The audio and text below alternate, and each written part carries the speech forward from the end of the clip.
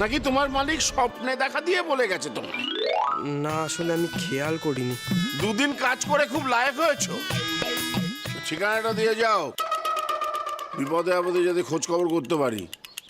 আমি কোথায় যাচ্ছি সেটা না ঠিক জানা নেই। আমি পৌঁছে তোমায় চিঠি লিখে দেবো। ওমা, এ আবার কেমন কথা?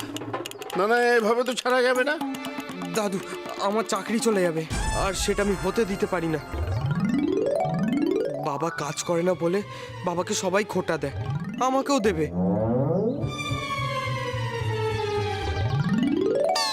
তা কাজখানা কি? ওই হিসেবেরই হবে। তা কোথায় হিসেব করতে নিয়ে যাচ্ছে সেটা জানো না?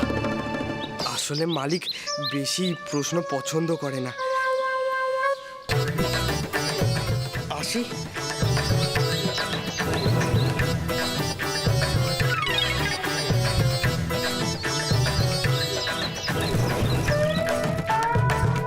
আমার হিসেবটা তো ঠিক মিলছে না। গোল্লায় যাচ্ছে না তো?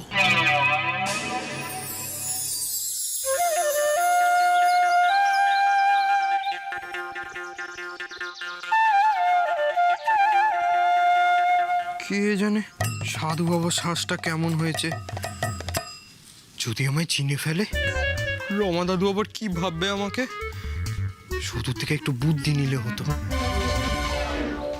না না, আমি তো ওর স্বামী, ওর জন্মদিন আমি পালন করছি, ওর থেকে বুদ্ধি নিলে হবে? একটু পরীক্ষা করে দেখলে হতো যে আমাকে সাধু বাবা লাগছে না শঙ্কর মুখুজ্জে। কিন্তু সেটার জন্য তো একটা চেনা লোক লাগবে। গ্রাম থেকে এত দূরে এখন চেনা লোক পাবো কোথায়? আমার গরু ভেবে গরু গরু আবার করছে কি সুদের টাকা। আপনি কাল আসেন না, কাল দোকানে কোনো কাল নেই। আমার নাম নেবো, যা নেবো তা আজই নেবো, কড়াই গন্ডায় নেবো। এ খেয়েছে, এ তো নব কাকা। পিতলের ঘটিটারে ভালো করে মেজে পুকুর ধারে 1 সের দুধ নিয়ে আসবে। তার মধ্যে গুলে সেই সাদা ধবধবে দুধে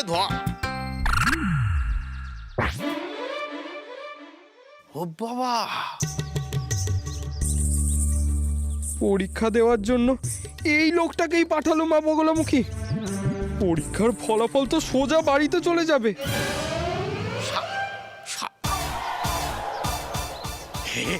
সাধু বাবা, পেন নামলন, পেন নামলন সাধু বাবা।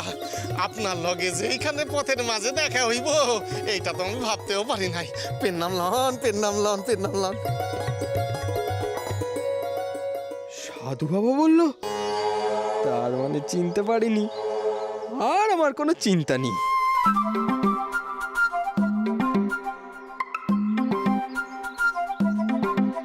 সাধু বাবা, হ্যাঁ, আমার একটু আশীর্বাদ করেন যাতে আমার মুনি মানে আমার কর্তা বাবার মঙ্গল হয়। সবাই নিজের মঙ্গল চায়, তুমি তোমার মনিবের মঙ্গল চাইছো? হয়েছে কি, আমার কর্তা মশাই না মানে আমার মনিব খুব বড় ভালো মানুষ। সকাল বিকেল সব সময় আগা পস্তালো অশান্তির মধ্যে রয়েছে। সে যা হওয়ার হয়ে যাক, আমি আমার মনিবের সে কোনোদিন কোথাও যাচ্ছি না। আপনি আমার মনিবের মঙ্গল করেন, আশীর্বাদ করেন। মনিবের হইলে লগে লগে আমারও হইব। করেন করেন।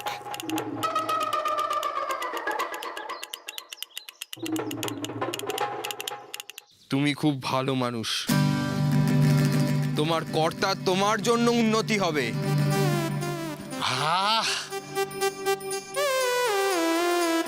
মনে বড় শান্তি দিলেন বাবা, বড়।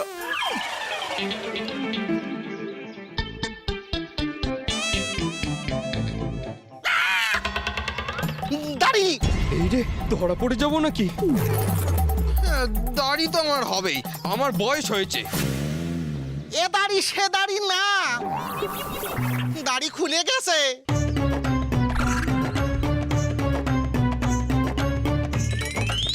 ছোট দাদা, আপনি ছোট দাদা না? তোমার এত বড় স্পর্ধা, তুমি বাবাজিকে দাদা বললে? তোমার অনর্থ হবে। যতই কাজ করবে তাতেই তুমি সফল হবে না। পাপিষ্ঠ!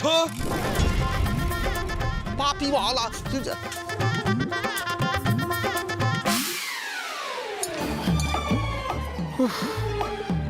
কি হবে বাড়িতে যদি জানাজানি হয়ে যায়? ছোট দাদা না, খুব চেনা চেনা। আমি এত ভুল দেখলাম। দাড়িটা যদি আবার খুলে যায় রমা দাদুর সাথে কথা বলতে গিয়ে, আমি তো দুটো বাড়িতেই টিকতে পারবো না। এক বাড়িতে সম্মান থাকবে না, আর এক বাড়িতে দাদু পিঠে লাঠি ভাঙবে। শুধু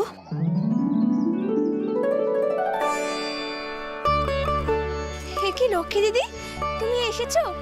আমি জানতাম তুমি ও বাড়িতে এসেছিলে, কিন্তু তোমার সাথে দেখা করার কোনো উপায় পাইনি। তা তুমি কেমন আছো? আর জামাই বাবু? সবাই খুব ভালো আছে। আজ ভাদ্র মাসের 4 তারিখ, আজ তোমার জন্মদিন।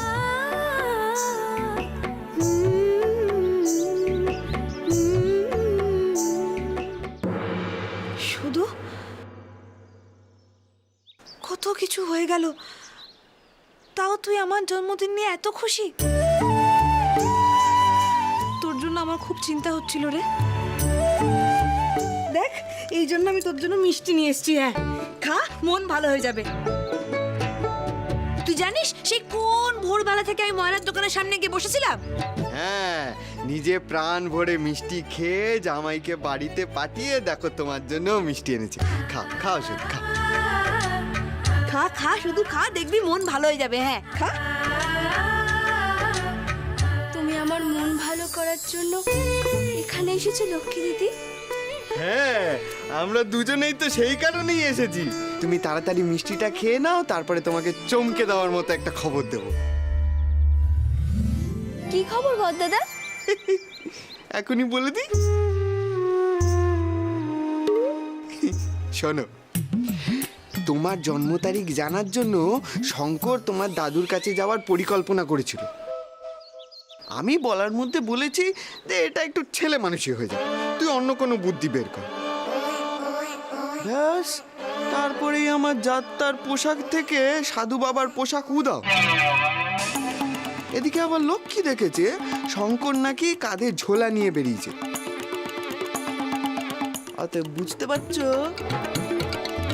তার মানে নবাব পুত্র সাধু সেজে দাদুর কাছে আমার জন্মদিন জিজ্ঞেস করতে গেছে। নবাব পুত্র তোমাকে খুব ঘটা করে বলেছিল আমি তোকে আমার কাছে রাখবো। এই আমাকে রাখার নমুনা? আমাকে না নিয়ে নবাব পুত্র আমার দাদুর কাছে চলে যাচ্ছে। সেই অবধি তাও ঠিক আছে, কিন্তু দেখো আমি তো ওকে বললাম যে ছেলে মানুষই করিস না, কিন্তু ও যা করছে সে তো আরো বড় ছেলে মানুষই। একবার ভেবে দেখো শুধু, ওই রকম সাধু সেজে তোমার দাদুর সামনে গিয়ে যদি উল্টো পাল্টে কিছু করে, কি কাণ্ড হবে বলো দেখি। মামা, মামা, নকি এসেছো? বাবা বাবা, তোমরা এত সকালে কেন? কোনো খারাপ খবর? মামা, তাড়াতাড়ি খড়কোটে যেতে হবে। যেতে যেতে তোমাকে সবকিছু বলবো।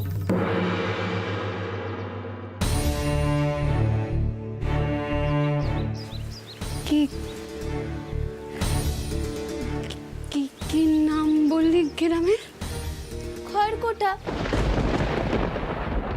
ওখানে তো আমি আমার দাদুর সাথে থাকতুম।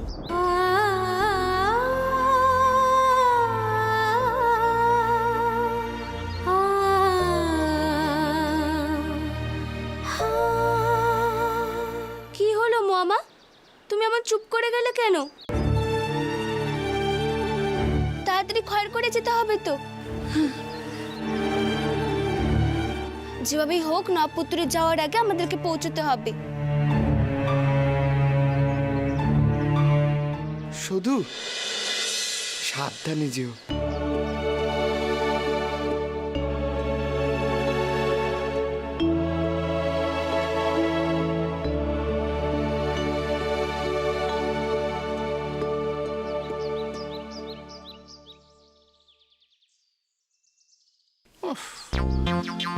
চা জল খাবার সব শিখেই উঠেছে। আমি বাড়ির কর্তা, বয়স্ক মানুষ, আমারও এখনো কিছু জুটলো না। বাবা আপনার চা ধরুন।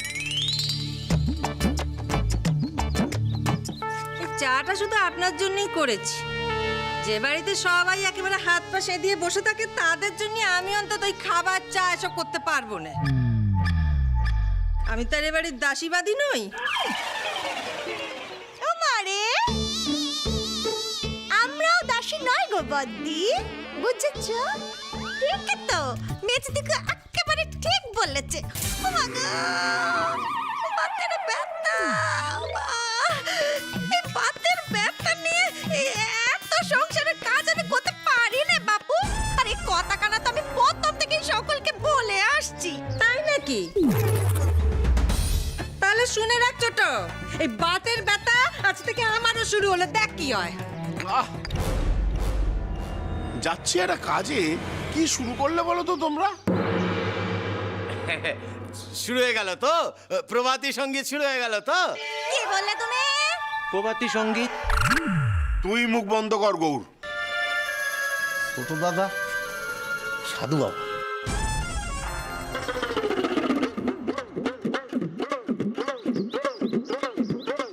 সাধু বাবা? এই এই হতচ্ছাড়া, এদিকে আয়, এদিকে আয়।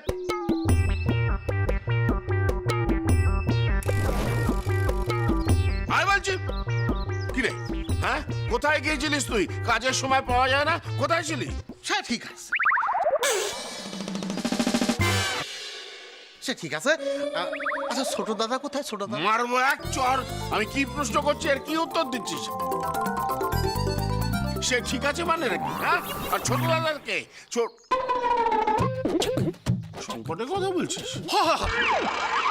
ঠিক কইছেন, ঠিক কইছেন। তার সঙ্গে তোর কি কাজ?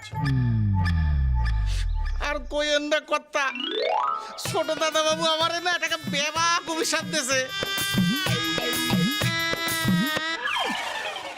এই গৌর, তখন থেকে উল্টো পাল্টা কথা বলছে। বেটাকে কান ধরে বাড়ির বাইরে বার করে দে, যা। এইটা পারবো।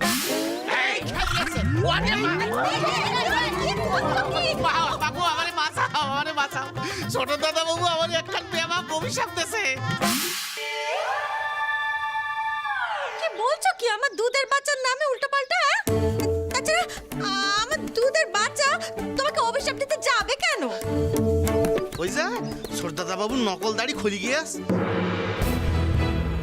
আর আমি তো দাদা বাবু বলে ডেকেছি বলে অমনি রেগে গিয়ে আমারে অভিশাপ দিলে।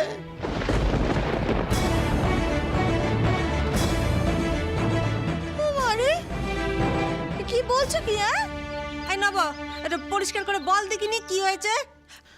কি হয়েছে মা? আমি সে সুদের টাকা নিয়ে ফিরছিলুম গ্রামের পথ ধরে।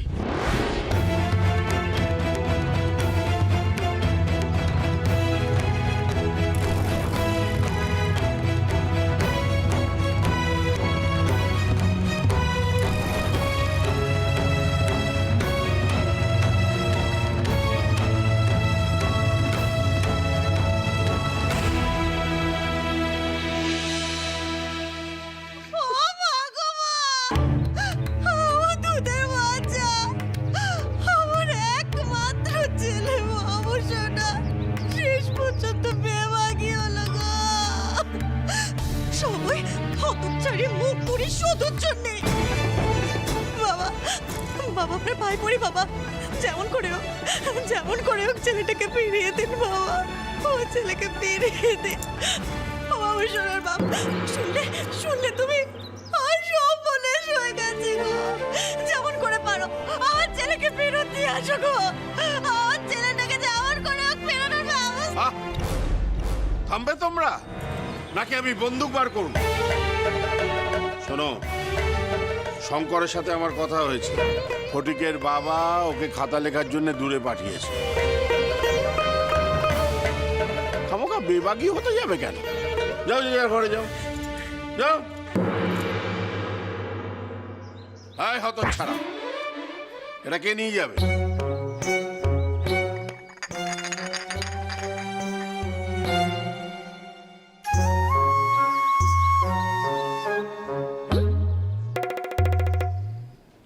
শঙ্কর আমাকে সত্যি কথা বলেছে তো? রতন, ভালো করে বুঝে নে কোথায় কি মাল যাবে। জোড়া মন্দির বাজারের তিলক মাতৃ ভাণ্ডারে 12 বস্তা গম যাবে আর 12 বস্তা চাল যাবে। আর সোনারপুর গায়ে শুধু গম যাবে 15 বস্তা। সরকার মশাই আছেন নাকি?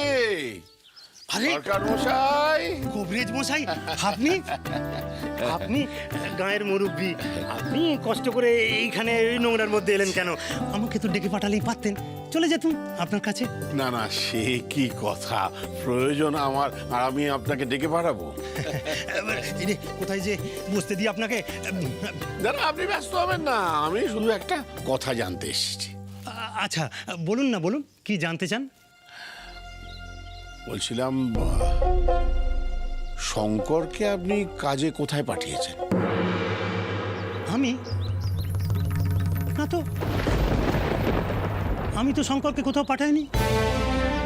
বরং শঙ্কর নিজেই বলল যে ওর নাকি একটা বিশেষ কাজ আছে, আবার সেই জন্যে আমার কাছ থেকে অগ্রিম বেতনও নিয়ে গেল। আপনি শঙ্করকে পাঠাননি? না তো, না।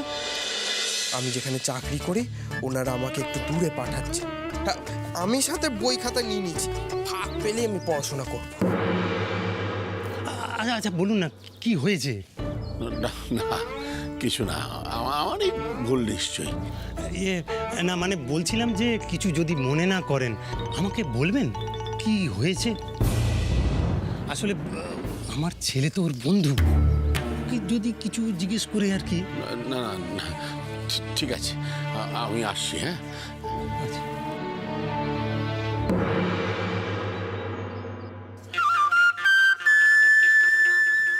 উফ, আর হাঁটতে পারছি না, এখানে একটু বসি।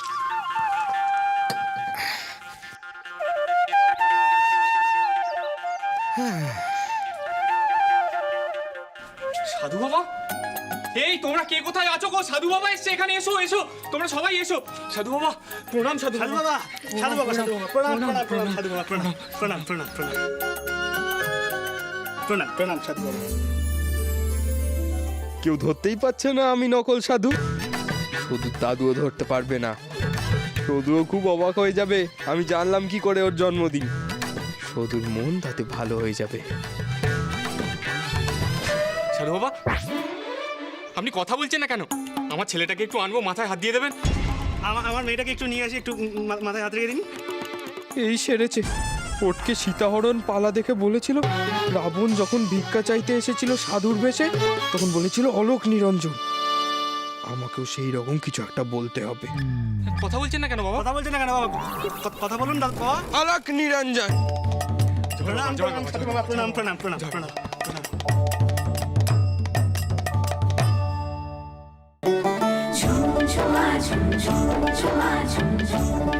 মামা, নপুত্র দাদুর কাছে ছেলে মানুষ করার আগে আমাকে ওকে আটকাতে হবে। ঠিক করছিস, চ চ তাড়াতাড়ি চ। ওদিক দিয়ে নয়, এদিক দিয়ে চলো। মাঠের ওপর দিয়ে গেলে তাড়াতাড়ি পৌঁছতে পারবো। ও হ্যাঁ, চ চ চ। চলো চলো চলো। জয় সাধু বাবা, জয় জয় সাধু বাবা, জয় জয় সাধু বাবা।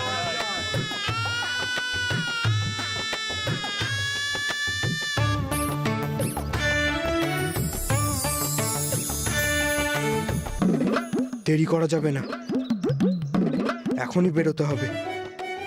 আজকেই জানতে হবে সদুর জন্মদিন কবে।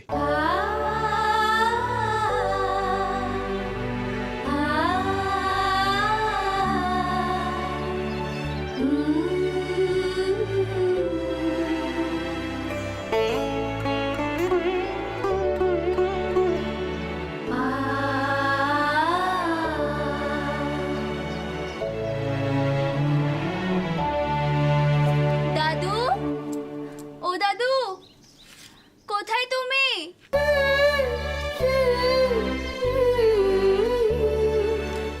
দাদু, দাদু তুমি কোথায়? ও দাদু। শুধু এটা তোদের বাড়ি? হ্যাঁ মামা, এটা আমার দাদুর বাড়ি। তুমি একটু বসো তো।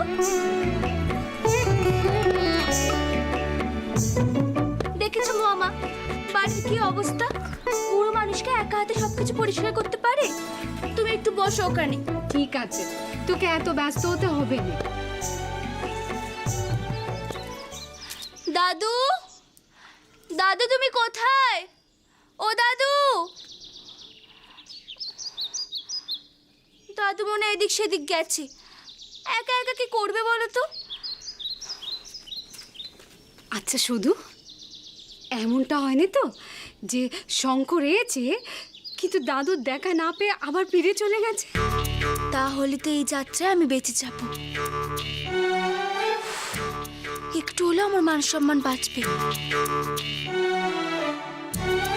এমন যদি হয় যে নবাব পুত্র আমাদের আসার আগে দাদুর কাছে চলে এসেছে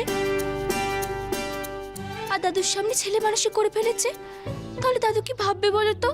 তা বটে, কিন্তু এমনটা হয় নাকি যে শঙ্কর এরই মধ্যে পৌঁছেও গেল আবার দাদুর সাথে কথা কয়ে চলেও গেল?